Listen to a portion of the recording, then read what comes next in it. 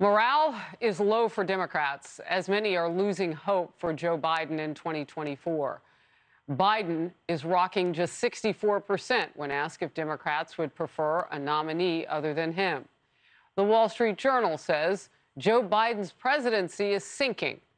As for successors, the paper adds California Governor Gavin Newsom and Illinois Governor J.B. Pritzker are emerging as potential alternatives. At least they're elevating themselves to that. And Pritzker's recent visit comes after Newsom launched a six-figure campaign in Florida. So Pritzker is also down in Florida, trying to talk with voters down there. Attacking Governor DeSantis and urging Floridians to move to California is what the Dems are doing. Take a listen. I urge all of you living in Florida to join the fight or join us in California, where we still believe in freedom. Freedom of speech, freedom to choose, freedom from hate, and the freedom to love.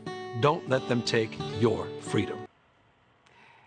Newt Gingrich, a Fox News political analyst and former Speaker of the House, is with us. Newt, first of all, how rare is it that you see, and we've seen it in the Republican Party. We saw it when Reagan went against Ford, right? So you'll see somebody incumbent, and then somebody will come in their own party. But this seems rare that governors would be taking somebody on this early in multiple numbers. Well, I mean, you haven't had a president this weak, this early, and Biden is sort of setting a record for that. The 9.1% inflation rate number by itself would drive Democrats and all Americans to think you needed change. The price of gasoline, the price of food, apparently eggs have gone up 33% in the last year. All this stuff creates an environment. And plus, you just watch Biden and he's not going to win a second term. People are not going to watch him shuffling around, cognitively confused, not sure where he's standing, asking people what he's supposed to be doing. It's getting worse, not better. And with Kamala Harris's laugh, she's not really a plausible replacement. So there's going to be a vacuum. It's going to get worse pretty fast, and people are going to want to fill it. I mean, the only warning I have for all of us who get involved in trying to analyze politics is if we'd had this conversation in 2014, and I had said to you, oh, I know it's going to happen. Donald Trump is going to come down that long escalator, beat 15 other Republicans, win the nomination, and beat Hillary Clinton. You would have thought I was crazy because he was such an outsider. He didn't fit anybody's normal conversation. And I think the primary conversation back then was probably Jeb Bush, maybe John Kasich, and so forth. Chris Christie, and so forth. So I'm going to go way out on a limb on the same pattern and suggest to you that with the amazing success of Top Gun Maverick, we may have found the most likely outsider nominee, Tom Cruise, for 2024. Now, whether the Democrats could tolerate a pro-American, pro-defense, pro-action figure person like Tom Cruise, I don't know. But my guess is that he would beat Gavin Newsom in a primary in a heartbeat. There's a certain chutzpah to Newsom suggesting to Floridians that they ought to be more like California. When you look at the homeless, you look at the feces on the street in San Francisco, you look at the crime rate, by every measurable standard, Florida is now a better place to live, as is Texas and California. Newt, let me just step in there for a second. Just whistling past the graveyard. Because I want to get in there. And by the way, just about every woman in America might rather have a poster of Tom Cruise than many of the other people who might run. But that's neither here nor there. So you're talking about Florida. Gavin Newsom spending all kinds of cash on ads inside Florida. Come back, bring the U-Hauls back to California.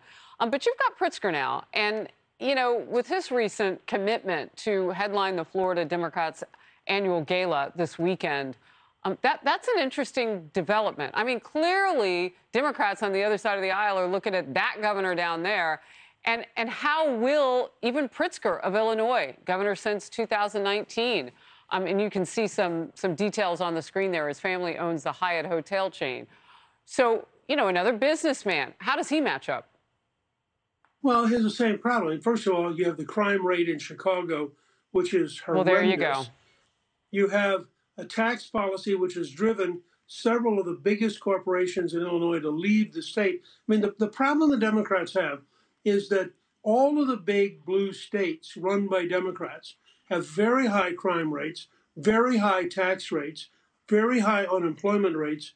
It's no accident that virtually all the states, this is something Steve Moore has pointed out again and again in his newsletter, almost all of the red states are doing dramatically better than almost all of the blue states. So how do they run for president saying, I'll do for you what I did for Illinois? You too can have high taxes, unemployment, and crime. And that's what Pritzker's problem will be. We recently reported that coming out of the pandemic, just economically, so just one category of how those red states are doing better than blue states, I mean, that they are doing so much better that you do have what I'm starting to call the U-Haul migration. And that is that people are leaving. And I'm not kidding about this. I mean, there was a complaint that there were U-Hauls ending up, from Arizona all the way to Florida and leaving California. So it is an interesting migration of money, of citizenry, all of it. Your last thought on that, and then I have to talk about your book. Well, I mean, the fact is there's a price differential. If you take a vehicle from California to Utah, you have a big fee because there's so many going. On the other hand, if you want to take a U-Haul from Idaho or Utah to California, there's a very low fee because nobody's doing it. And I think that's a very useful indicator is a U-Haul index.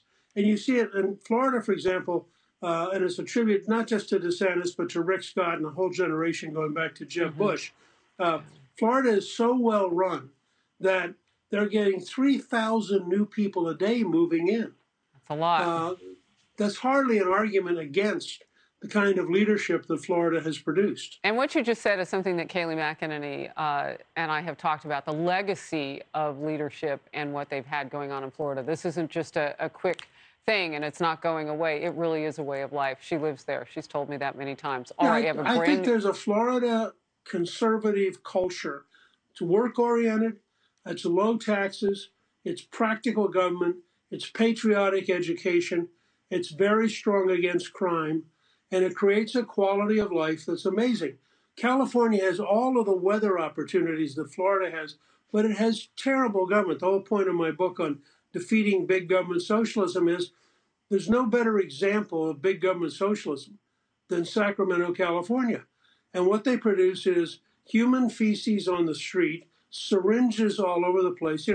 You just had Starbucks announce that there are 16 sites they're closing because they can't cope with the number of needles that they're getting in their bathrooms. Now, you're seeing the decay of civilization in places like Portland, Seattle, and San Francisco and Los Angeles. And you're seeing people aggressively defend civilization in places like Texas and Florida. We kept the title of the book up, Defeating Big Government Socialism. You gave us some examples there. Newt Gingrich, thank you very much for being with me. Glad to be with you. Hi, everyone. I'm Brian Kilmeade. I want you to do me a favor. I want you to click to subscribe to the Fox News YouTube page. This is the only way that I know for sure that you're not going to miss any great commentary, any great news bites, any great interviews coming your way on Fox. You can get it all here on YouTube. So subscribe right now.